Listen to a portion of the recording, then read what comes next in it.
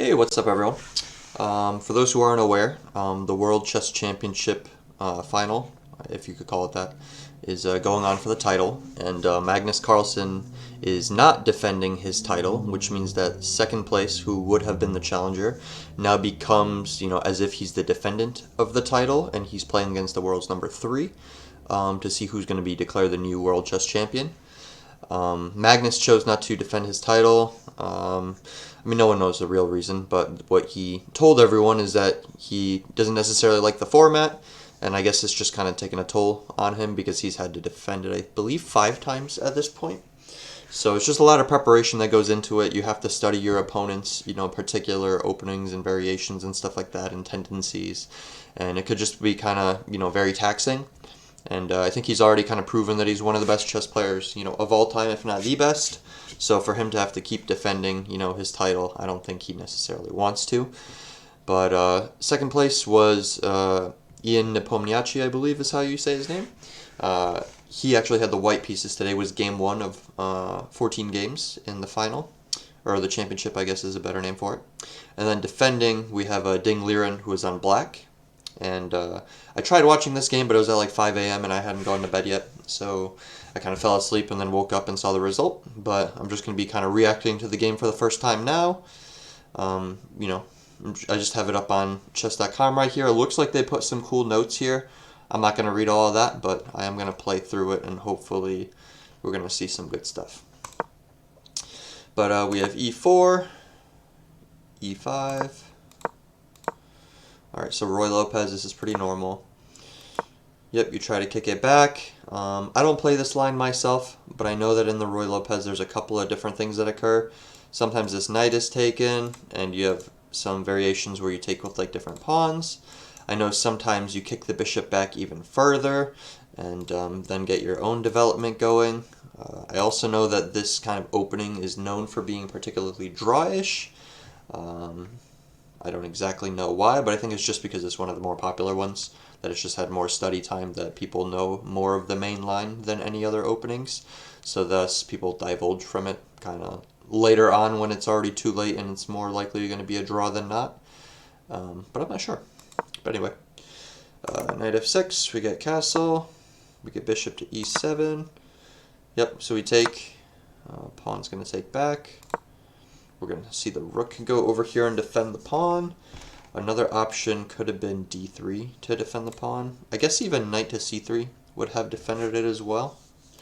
I don't know if taking here is a move or not. I would assume, that's not really a good move, so maybe he just takes as well.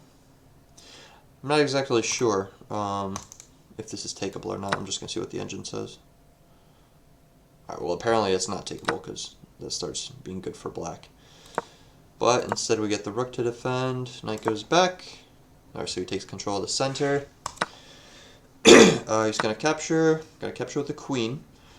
So typically if you're a new player and you're watching this, a good rule of thumb is to get your queen out onto the board after you get your minor pieces out onto the board. And when I was listening to this live stream, I was still awake for this portion. But the commentator, I think it was Naroditsky who was talking at the time. But he was basically saying that you could kind of... No, sorry, it was... God. I don't remember his name, but it was his partner who was commentating. It wasn't Naroditsky, but he was basically saying that you could get your queen out early in the game if, a knight cannot attack it.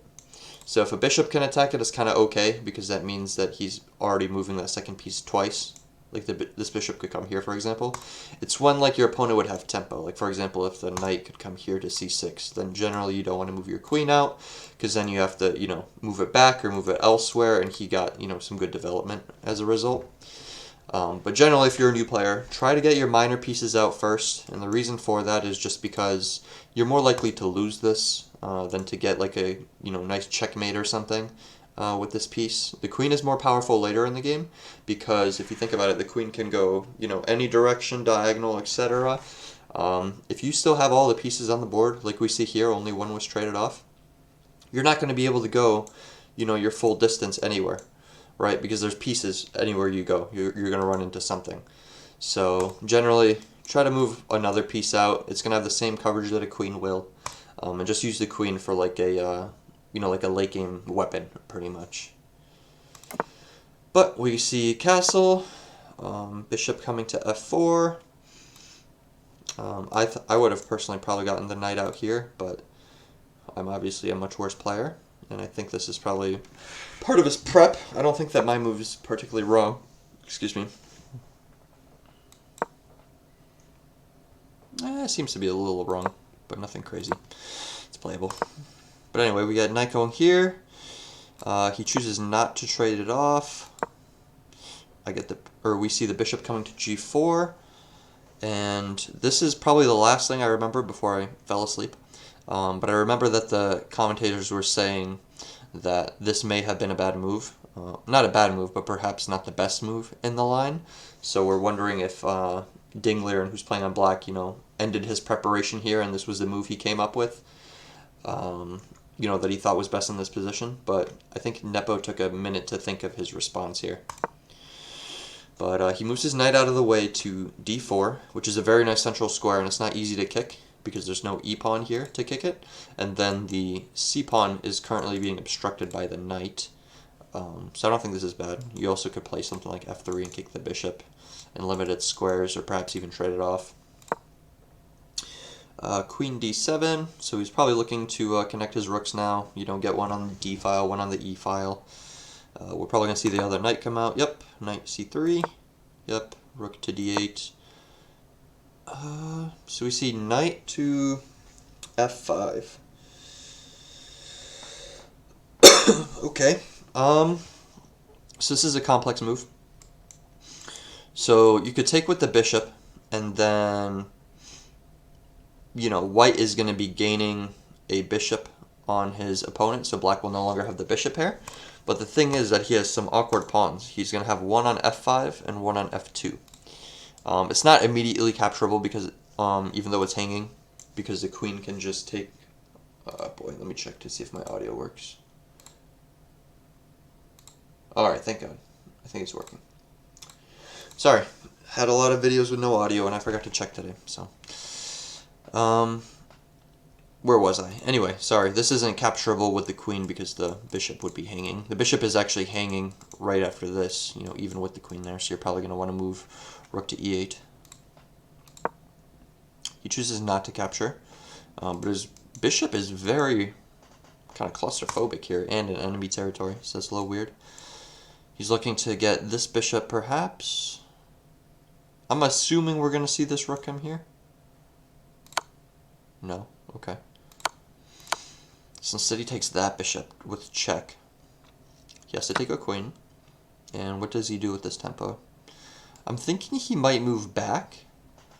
Or he might go... No, I guess he can't do this because of the bishop. I missed that earlier, so that would not work. Maybe f3? But then you just have these dark squares that are going to kind of eat you up. You don't really want to do that. I'm just trying to think of what move I might play here.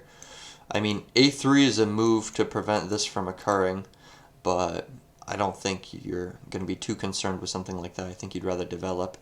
So maybe h3? I'd say probably h3. You don't really sacrifice a whole lot in terms of king protection. And,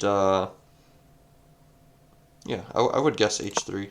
Nope, so he moves his bishop back. He'd rather keep it. Okay. So he puts his bishop on h5. I'm not going to lie to you guys, I do not understand that personally. Maybe he was trying to get away from h3.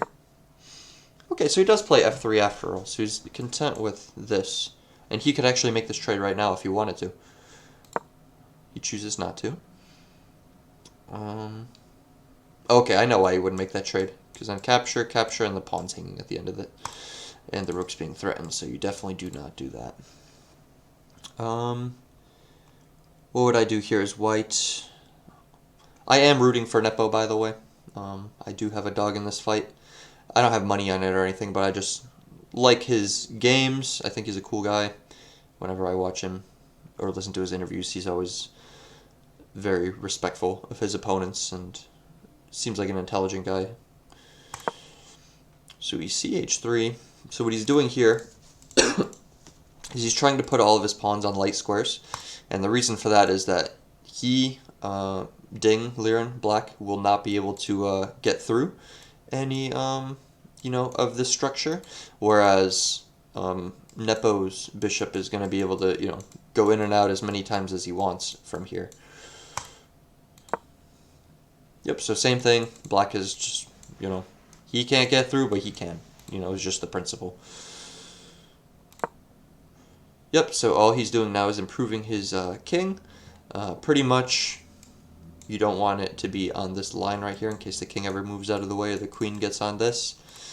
Here, you still have the threat of a diagonal, but you have the bishop defending it. And you don't have a dark square bishop to contest that diagonal. So it's just safer overall. We're going to see bishop go to f7. I know it's a positional move. I'm not strong enough to know why. I know that you're improving it so that you're not looking at nothing, but now you're going to have more reach with the bishop. So maybe that'll be the reason, or part of the reason. Yep, so the rook goes there. We see b6, again, just trying to put everything on those dark squares. We see a3. Okay, so a3, even though we're not putting it on a dark square, this is the move that I was thinking of earlier. You want to cut off the queen from coming to b4. So we're going to see a5. Just continuing the dark squares there. So he's going to bring his knight back around because his knight now has no good squares over here that it can hop to. So he's going to bring it to the other side of the board. So now we see the exchange. And, okay, so he's offering to exchange a second pair of rooks.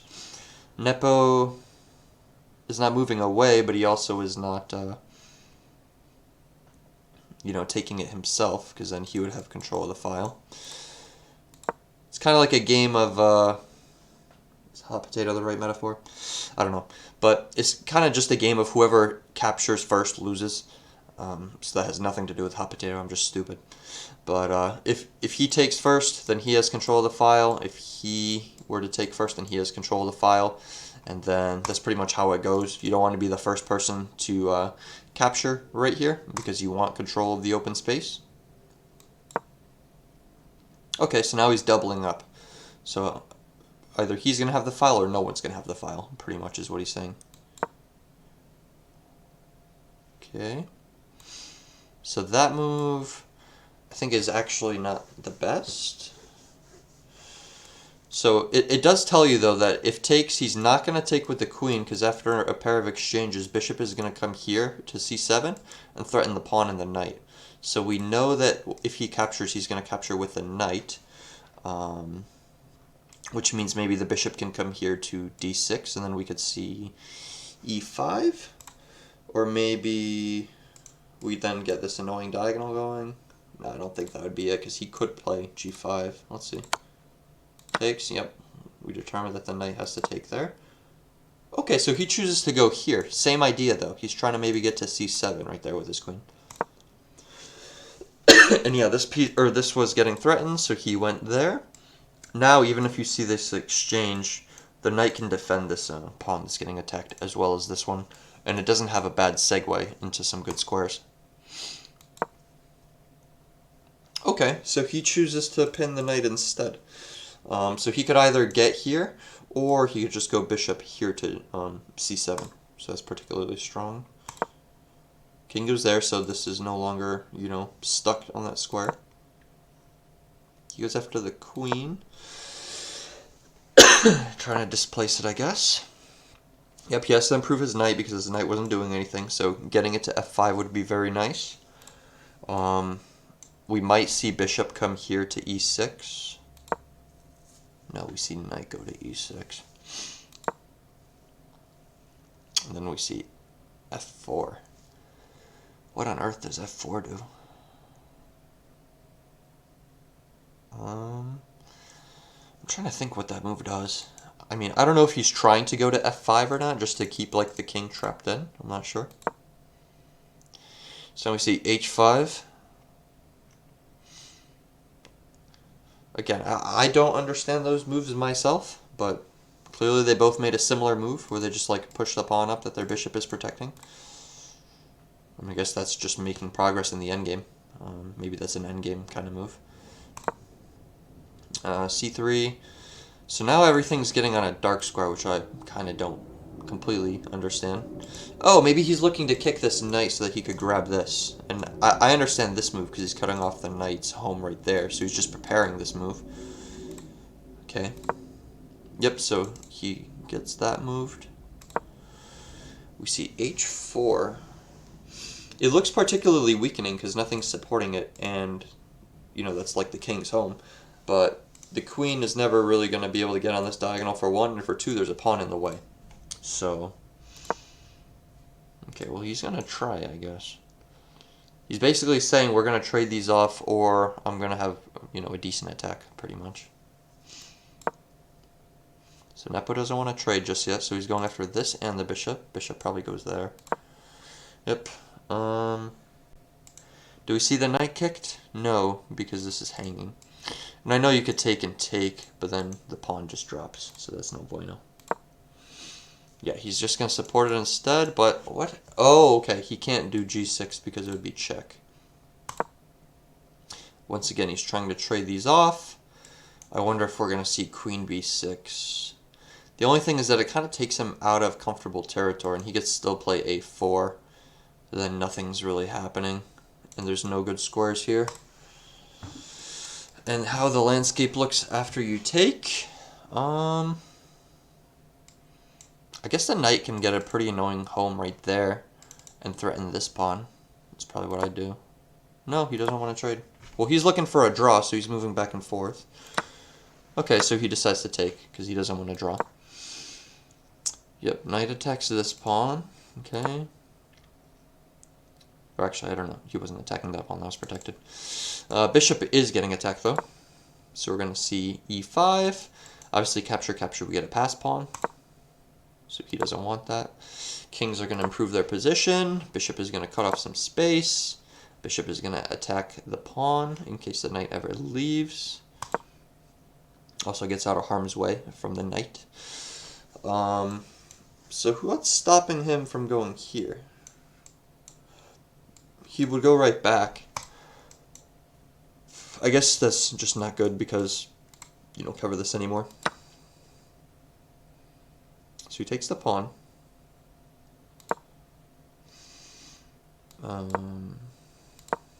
Threatens the knight. Knight is going to grab a pawn back. Okay, so white is still holding on to a pawn lead, however barely. Alright, now it's gone. And I would even say that black has like the better structure, just because his pawns are together.